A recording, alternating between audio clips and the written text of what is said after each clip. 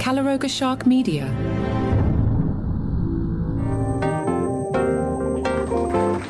Hey there, I'm Johnny Mac with your daily comedy news. Late nights off this week. LateBot says it's so hot, the federal government is thinking of calling in the Mets to cool things off. It's so hot, Nikki Glaser did a 20-minute set about the heat, tagged every celebrity she's ever met, and sent a personal email to Tom Brady. It's so hot that Jim Gaffigan finally called me back because he heard I have air conditioning, and it's so hot. John Mulaney wrote a tight, beautifully structured 12-minute bit about it. His ex-wife heard it and said it was the most attention he ever paid to anything. That's from the AI getting savage and just murdering John Mulaney. LateBot, chill out. Do you have big July 4th weekend plans?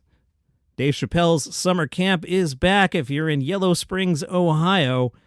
Dave and surprise guests will perform tonight at 8 p.m. at the Wirrig Pavilion, located in Yellow Springs, about an hour southwest of Columbus, Ohio. You'll find the place off Meredith Road. It being a Chappelle show, the show will be phone-free. No phone, no smartwatch, no accessories.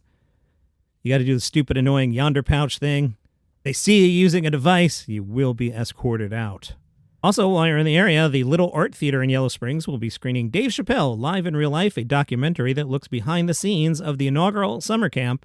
My voice is giving out, which is not good for holiday weekend production. I got to tell you about Robby Hoffman. Now, Robby Hoffman, let's just be clear. Let's take a second here. I'm going to slow down because I want you guys to pay attention. Listen to me. I know this is going to be surprising. Robby Hoffman is now full establishment. Okay? If you think Robby Hoffman is like some cool, edgy comedian that only we know about it, no.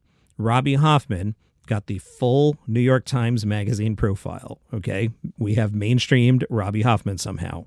The New York Times Magazine profiled Robby at Robby's house, who said, it's weird because you guys said, oh, they have to do it at your house because we want the person to be comfortable. But you come to the house and you totally rip it apart. You want me to be comfortable, but the couch isn't where the couch is. The whole house is moved.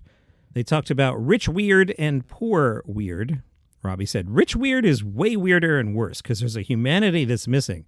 My favorite is the people like me who grew up poor and then by the grace of God got some money and now it could be like, oh my God, how weird are these rich people who've been like this since birth? Small things, like when you go in a rich person's house and nobody's allowed to go in the fridge. The poor have much less. When you go to their house, they're like, take. Whenever I meet a rich person and they're actually helpful, I mention it. It's worth mentioning. Star Trek ruiner Patton Oswalt, what kind of music were you into when you were a kid? And said, oh man, I very much love classic heavy metal. A lot of country, a lot of punk, post-punk, all that stuff from the 90s. Pixies, a lot of Elvis Costello, a lot of Beastie Boys, a lot of Kinks. And then smaller groups no one's heard of, like Warm Soda and Bleached. Patton, in comedy, when a show's going really well, what's the feeling for you in the room? He said, the best way to describe it is I'm outside of myself, and I'm more connected with the larger crowd, the larger feeling of the room. I know this sounds very vague, but you're not even thinking about the set or what you're doing joke-wise or word-wise. You're just talking to the audience like they're one person. Best comedy set you ever watched, Star Trek ruiner Patton Oswalt said. I remember there was a night that Dana Gould was at Cobb's Comedy Club in San Francisco. This was in the 90s. The material was already amazing, but then he went off on some almost hallucinatory riff about Larry King interviewing guests in the time-space membrane. I can't do it justice, but it was one of the most amazing things I've ever seen. It's definitely the best set I've ever seen. I'm trying to think of best set I ever saw. What's popping to mind is Ralphie May at the Las Vegas Comedy Festival. Now, that same weekend, I saw Chris Rock, who destroyed, and then the next night Jerry Seinfeld went up and was even better than Chris Rock. But Ralphie that night in a medium-sized room, that's what popped into mind randomly without me putting any thought into this. If I sit and think about it, I might have a different answer. Jeff Foxworthy, how do you describe your style? He spoke to McCall.com. Johnny Mac, is this a holiday weekend? Yeah, it is, guys. Coming up on the show, completing its 7th year. We know how the show goes by now. I might do an anniversary special. I have to think about it. I might do a Letterman-styled, like, anti-7th anniversary show. July 29th. I don't know. We'll see. Jeff Foxworthy said, like most comics, when I started out, I remember looking at billboards and watching commercials and thinking, what can I talk about? I learned early on there's a commonality we as human beings have where we're all doing the same goofy stuff in life. I've always trusted that. Been doing this for 42 years, but if you go back in time, the first material I did was about dating, then it was about being a newlywed, then about having kids, then having teenagers. If you go listen to an old CD or watch a special I did, it's almost like a snapshot of what was going in my life that year. I can't imagine doing anything else.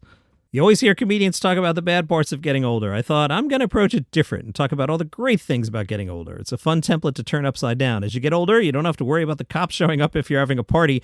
That is not true. I had a pool party a few years ago, and somebody called the cops on us, and the cops showed up, and the look on their face, because I was like, I had no idea why they were there. I think we had a radio on at, like, I'll describe it as normal volume. And the cops were like, we got a noise complaint. And the cop, his face just told me that he thought the whole thing was stupid. And I was like, I don't know, maybe people were hitting the pool with pool noodles and that made a sound. The cop was like, okay, keep it down. Jeff Foxworthy said, as you get older, you don't have to worry about the cops showing up if you're having a party. If there's flashing lights in my driveway, it's usually an ambulance telling you not to play Twister with people in their 80s. All right, tomorrow on this program, it is July 4th. I've done one of those deep dive episodes. It is titled George Carlin, America's Prophet. That'll tell you all you need to know about that one. Sunday, I'm planning on doing top specials of the year so far. And it is Friday, so let's take a look at the comedy stock market.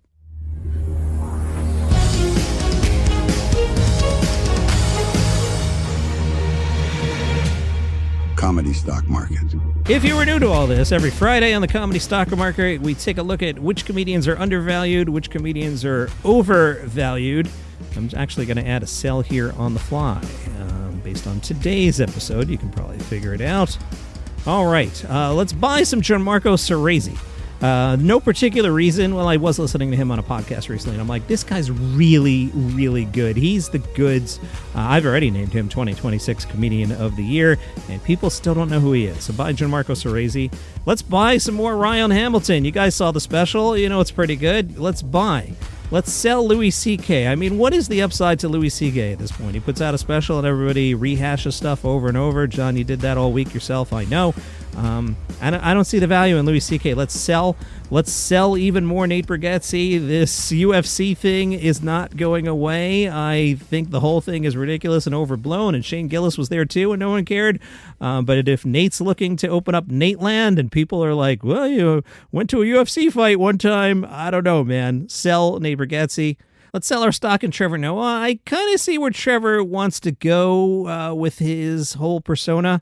And I don't think a lot of people are going to want to go with him. And I'm not sure that he cares, and he'll go there anyway. But from a value standpoint, let's sell our stock in Trevor Noah. Let's sell James Corden. You know, he's hosting Show After Soccer, and there's zero buzz on it. Sell. Let's buy Ben Gleib. You know, I kind of eye-rolled his late-night thing, but the numbers have been pretty okay on YouTube. He may be onto something. Let's buy some Ben Gleib. And the late edition, let's sell Robby Hoffman. You know, when you first see Robby Hoffman, you're like, oh my God, she's amazing. That's so different. That's one thing. But establishment, Robby Hoffman having the New York Times over to profile her at her place, that's just the opposite of cool. All right, so the recap. We're buying Gianmarco. We're buying Ryan Hamilton. We're selling CK. We're selling Nate. We're selling Trevor. We're selling Corden. We're selling Robby. And we're buying Ben Gleib. That is your comedy stock market for today. If you need some stuff to listen to over the weekend, there's always daily comedy news. But also, Pete Holmes was a guest on Comedy Means Business. That's Deadline's podcast. The episode's a couple months ago at this point. But I finally got around to it this week, and it was really, really good. I like Pete and everything he's about. And Gianmarco Soresi was on Stavi's World. That was also a good listen. Website Ritholtz.com has the headline, Comedy is Hot. They were taking a look at the mid-year issue of Pollstar, and there was a chart for venues with capacities of 5,000 or less, and Ritholtz discovered comedy is on this list. They write, so starting with the 2,000 to 5,000 capacity venues, number 1 is Jerry Seinfeld, which is not surprising. Number 2 is DJ Subtronics. 3 is Bert Kreischer. 4, Christian contemporary artist Josiah Queen. 5, Def Leppard somehow. 6, Mannheim Steamroller. 7, EDM artist K40S or K40s. I don't know. I'm old. But 3,000 people are going to see them, so great. 8, Jim Gaffigan. 9, British comedian Michael McIntyre. And 10, Josh Johnson. Brendan Eyre has announced his debut comedy special. The mental health-themed Alive and Well will premiere exclusively on the 800-pound Gorilla's new streaming service, Gorilla Comedy Plus, on July 6th. That's Monday. And the special will be available on the YouTube channel August 4th. We are told from snakes wearing coats to being bipolar, Brendan's laid-back observational style covers both the silly and the serious. Recorded at the Blend Art Gallery in Portsmouth, New Hampshire. He discusses fatherhood, mental health, the burden of owning a cast iron skillet, and more. He told Deadline, "The hour is super special to me. There's a lot of normal silly stuff, but I also take on my struggles with mental health, which is such an important topic to me. I'm really excited to get the special out into the world." That is your comedy news for today. I hope you have an awesome, awesome weekend.